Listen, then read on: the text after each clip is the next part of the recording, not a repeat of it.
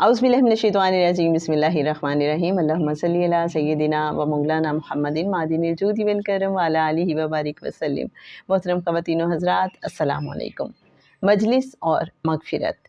ایک شخص جس کا نام مستح تھا، اس کی ساری زندگی گناہوں میں گزری۔ مرنے کے بعد کسی نے اس کو خواب میں دیکھا کہ خوب مزے اور بڑی شان میں ہے۔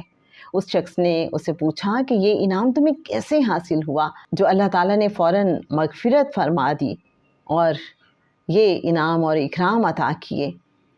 بتاؤ تو صحیح کہ ایسے کون سے تمہارے اعمال ہیں جن کے بدلے میں تمہیں یہ سعادت نصیب ہوئی ہے؟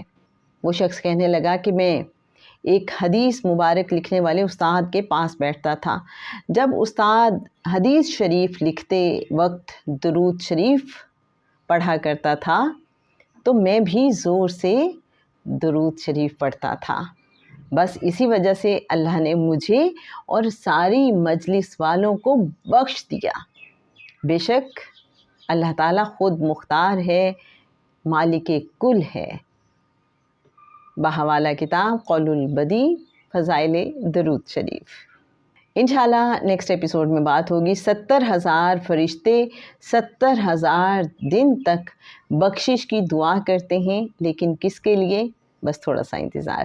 اللہم صلی علی سیدنا و مولانا محمد معدن الجود والکرم وعلی آلہ وبارک وسلم۔